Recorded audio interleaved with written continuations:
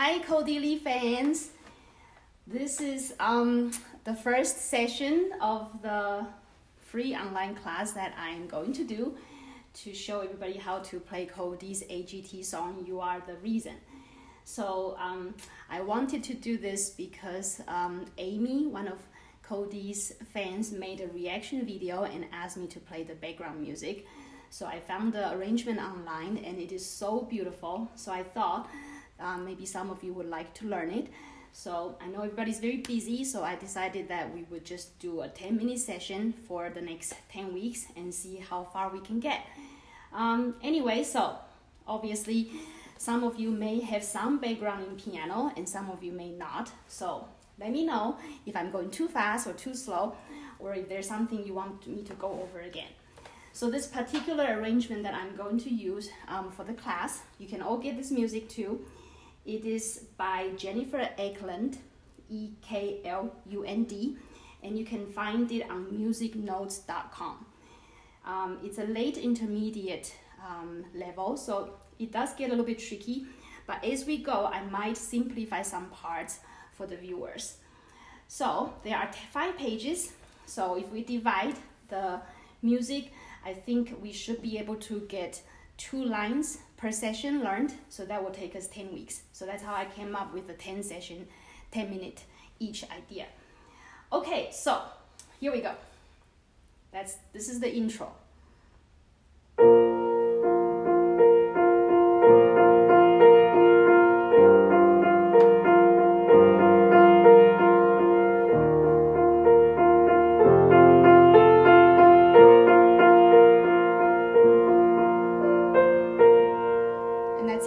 So this is the introduction. So this is a piano arrangement, meaning you don't have to sing along. You can if you want to sing like Kodi did. But this particular arrangement is done in a way so that you don't have to sing and you can still have the melody. So I'll go ahead and play the next 2 lines, but we won't focus on those 2 lines for today. But you'll see how you can actually hear the melody.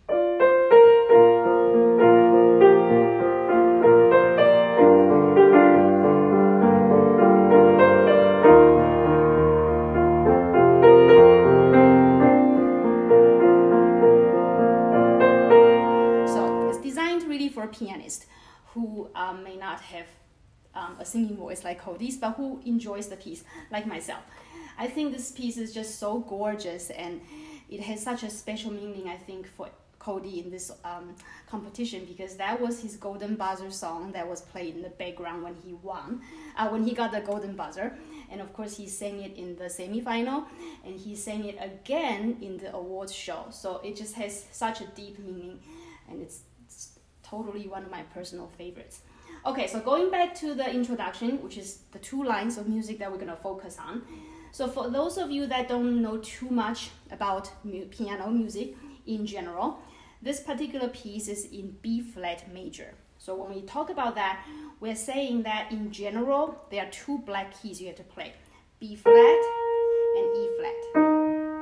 Okay, so what does that mean? Well, the keys on the piano are basically arranged. Again, now I'm just pretending you don't know anything about music or piano. So A is the lowest note, A, B, C, D, E, F, G, and you repeat A, B, C, D, E, F, G, repeat A, B, C, D, E, F, G. So the word flat means once you get to the letter, you go down a half step, meaning the closest distance. So B is this person, this is B flat. C is this, D, E, this is E flat. So you're gonna need those 2 black keys a lot. So the good thing about this introduction is that it's not that hard. So I do think that if you just learn it by rote, in other words, don't go into too much theory, just watch and copy, you can do it. So.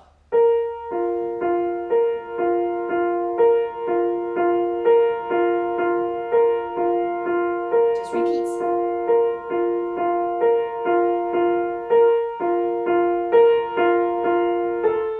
So now it changes.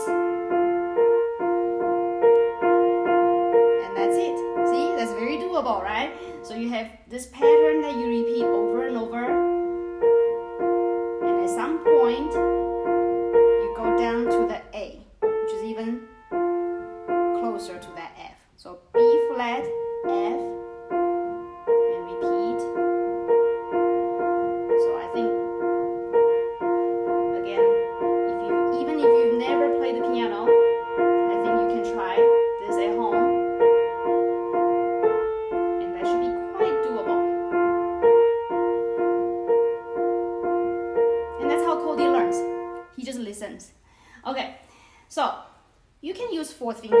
for sure, right?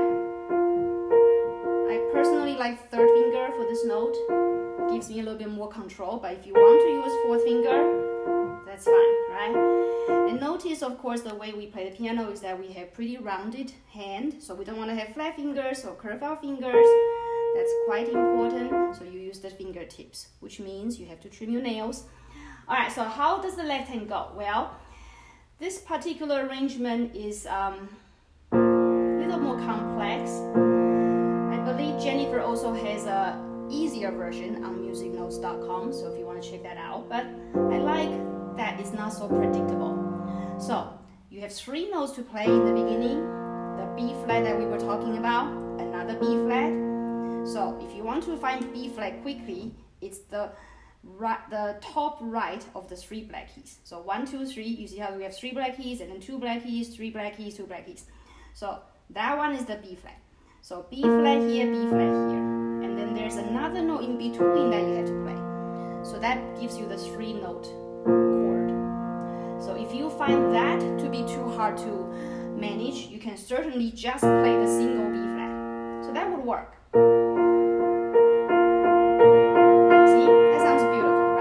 If you want to do the octave B flat, so now you have a little more depth.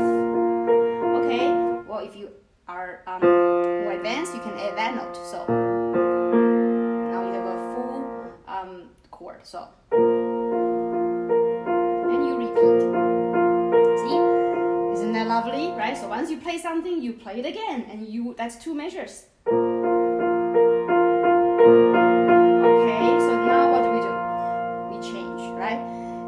Into more of a G minor-ish chord. So, but I love this arrangement because it's not predictable, right? According to this, you would think this is the next thing to do, which sounds good too.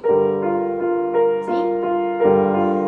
And you can certainly play around, right? These arrangements are flexible, right? If you cut out this note or add a different note, it still is not gonna kill the piece. But the way Jennifer has arranged it is G and F.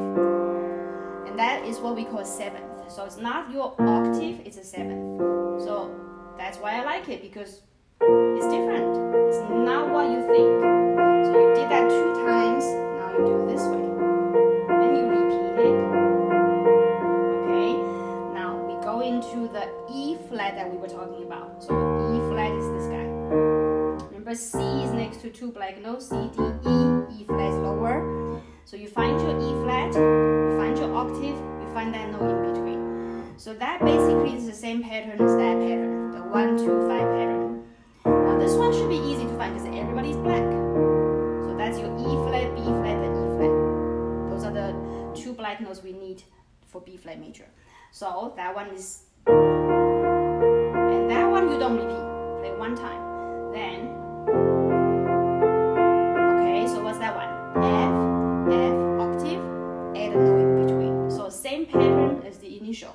We did this, we did this, we did this. And if you know those 3 chords, the rest of the piece is going to be easy for you in the left hand because it's built on those 3 chords. So the B flat, the E flat, and the F.